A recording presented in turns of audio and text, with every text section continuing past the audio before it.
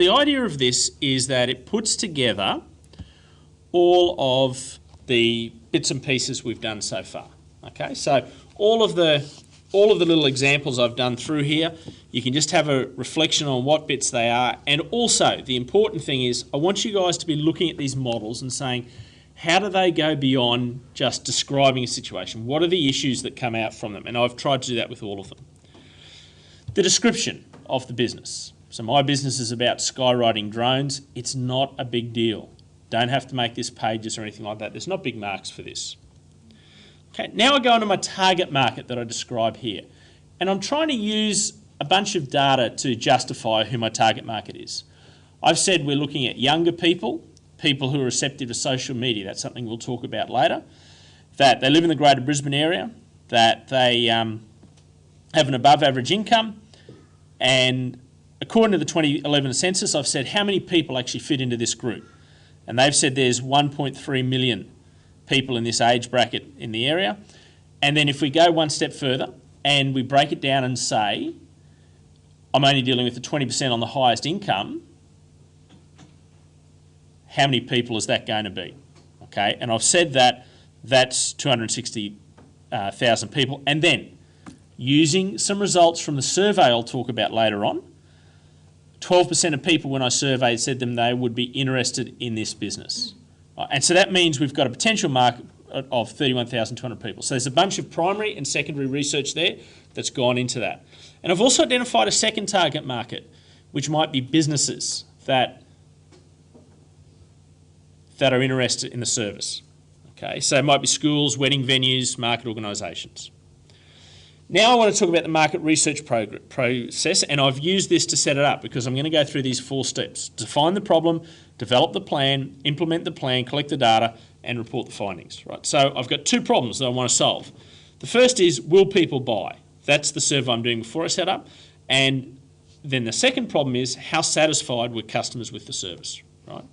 So to set up, I had a random sample of people in the Brisbane area aged 18 to 65.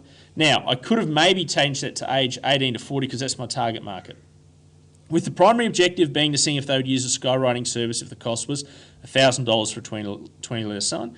The second problem, which was customer satisfaction, means I'm going to send out a survey to customers after they've received their survey with the offer of a $20 iTunes voucher to encourage them to give feedback. Coded questions will be how I collect the data here. For the other one, sending it out by email will be a SurveyMonkey results. And interpreting it, the first one's a once-off survey, the second will be done monthly, right? With a target, okay, with a target we want to work towards. So here's some questions, here's some really important data from my survey. Remember, you don't actually have to do the survey, you can make this up. At the 2 questions I've got here, at the current price of $4,000, would you consider using a skywriting service to send a novel message, right, an interesting message to someone? And at the moment, only 3% of people did. And I think maybe that would have been better represented if I'd used the labels so that you could see that it was 3% and 97%. And then the second question, the response is there, if the price was $1,000, that increases to 12%. Right, so that's a fairly significant increase and a really important part of the business, justifying the business. So, the issues that come from that. Remember I said we've got to keep thinking about the issues. Clearly an important element of competitive advantage is price. By bringing the price down, we have a much bigger target market. The next thing we looked at, competitive advantage. We've got to suggest 3 sources of competitive advantage and choose one.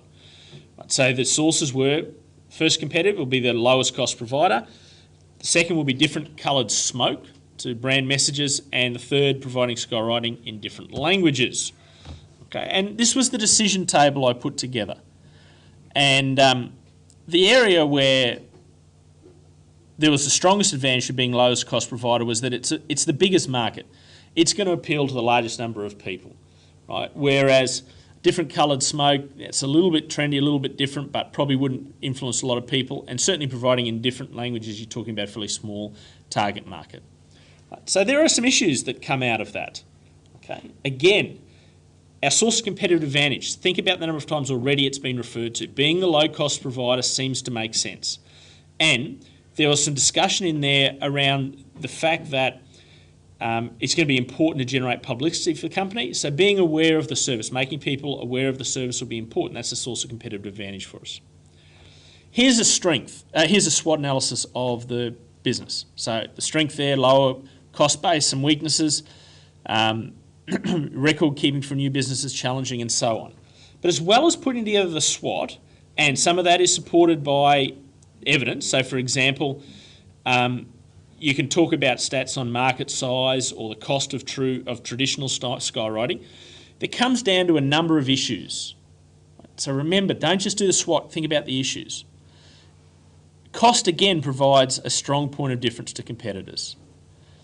It's important that the business develops new markets that have not previously used skywriting. It's obviously a very small niche business at the moment. We want to push it behind that. And the government is important. Right? The government on opportunities and threats, the government's role in licensing or restricting drone use or whatever it might be was going to be important, and so you've got to think about that. Recommendations, make it a low-cost service.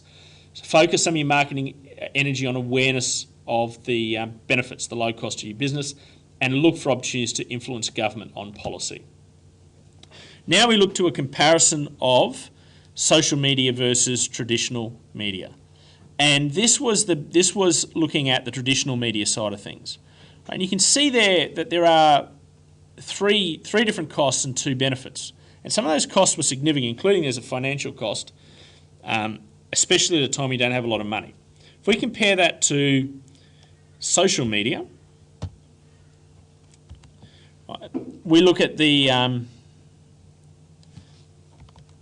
don't know where the social media one's gone, but the social media one had significantly more benefits than it did costs. The true actual money cost was a lot lower, and so there was some thought that would be better, and I'll add that in so you've got that as well. Competitive market analysis, this will be hard to see, you'll have to blow it up on your computer, or remember these are separately as documents in sector.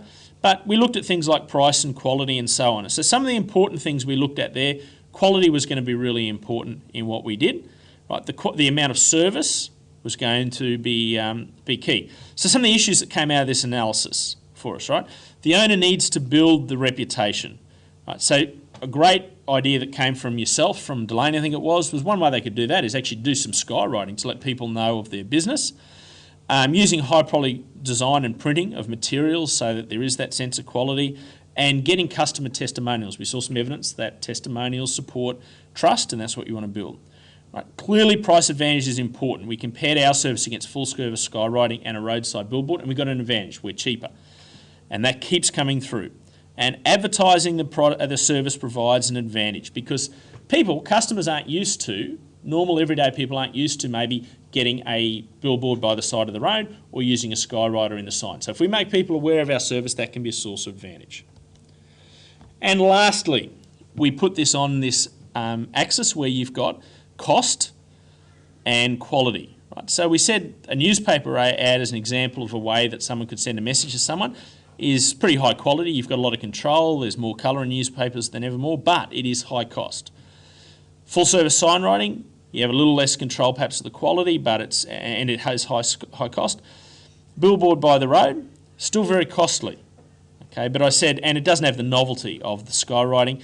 So we were a pretty low cost solution, and had some quality. Perhaps not quite as much quality as full service skywriting because they can do bigger signs higher in the sky, but not too bad. So what comes out of it? Low cost is important.